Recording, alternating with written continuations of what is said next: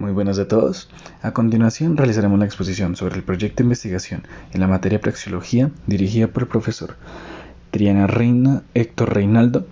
en la Universidad de Santo Tomás, denominada Revisión de la interacción motriz en niños de la primera infancia,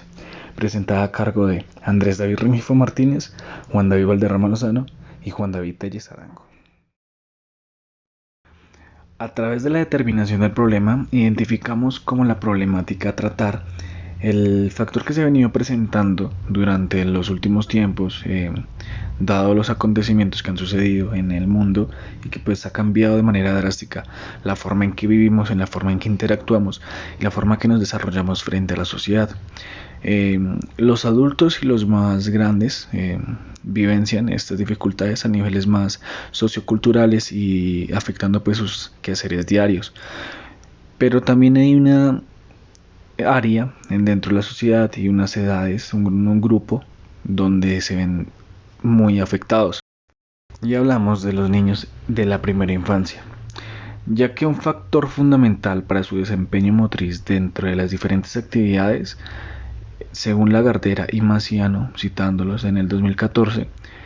mencionan que las tareas motrices que pretenden estimular la percepción se muestran en toda su dimensión social dentro de la interacción motriz con los demás participantes. Al fin y al cabo, en la vida cotidiana estamos en constante interacción con otros miembros de la sociedad, y de acuerdo pues con lo anterior, el proceso de relación en torno a las tareas motrices es demasiado importante para el desarrollo de los individuos, y sobre todo en el proceso en el que se pretende apropiarse y familiarizarse con las tareas motrices para facilitar la relación entre los niños y su correcto desarrollo. Es que sin duda pues los procesos de interacción y de comunicación están presentes en cada momento de la niñez, ¿sí?, de nuestra infancia, y permiten estas experiencias y prácticas a lo largo del tiempo, donde preserva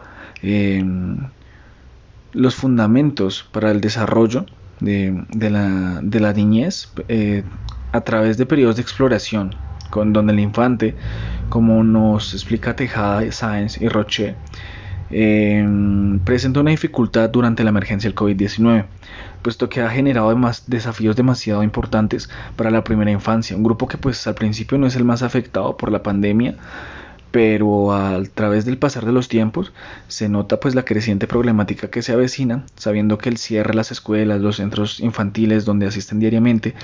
el confinamiento en el hogar, el suprimir las actividades físicas y juegos sociomotores, los efectos directos e indirectos de las dificultades de las familias, la salud, emocionales, sentimentales, crisis que afectan a más de una familia en el mundo, pues altera de manera significativa el desarrollo normal y la vida pues de dichos menores. En base a esto pues los niños se quedan sin un espacio de comunicación entre compañeros de su misma edad y afectando pues el desarrollo de las interacciones motrices presentes de manera normal en una vida cotidiana. Esto complicando también la realización de las tareas y capacidades sociomotrices. Ahora bien, citando y tomando como referencia a las estrategias del uso exclusivo de Frost y Maslow en 1984, con lo anteriormente mencionado, se pretende que se aumente la comunicación e interacción motriz como estrategia para que los niños de primera infancia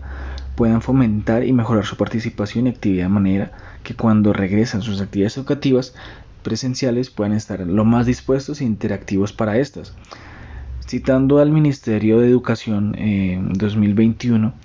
dice que se espera que los 400 colegios públicos de la capital regresen a las aulas entre el 15 de febrero y 12 de abril, cosa que más de una familia anhela y sobre todo más de un infante necesita. Pregunta de investigación: el cómo se presenta la interacción motriz en menores de la primera infancia durante juegos praxiomotores en San Cristóbal Sur durante el año 2021 en periodos de pandemia. Justificación. El propósito de este proyecto es evidenciar esa interacción motriz dentro de los juegos praxiomotores que se desarrollan con los niños de la primera infancia, ya que es un tema de estudio pues bastante interesante y sería esencial el buscar las fortalezas y debilidades de esta población durante el primer semestre del año 2021, o sea en periodos de pandemia, Uno de los aspectos con la que se lleva a cabo este trabajo es observar ese comportamiento del individuo de acuerdo con sus aptitudes y las acciones motrices claves con las que desarrolla sus capacidades e interactúa con su entorno, sabiendo que luego de la pandemia se congeló más de una actividad por periodos de más de un año.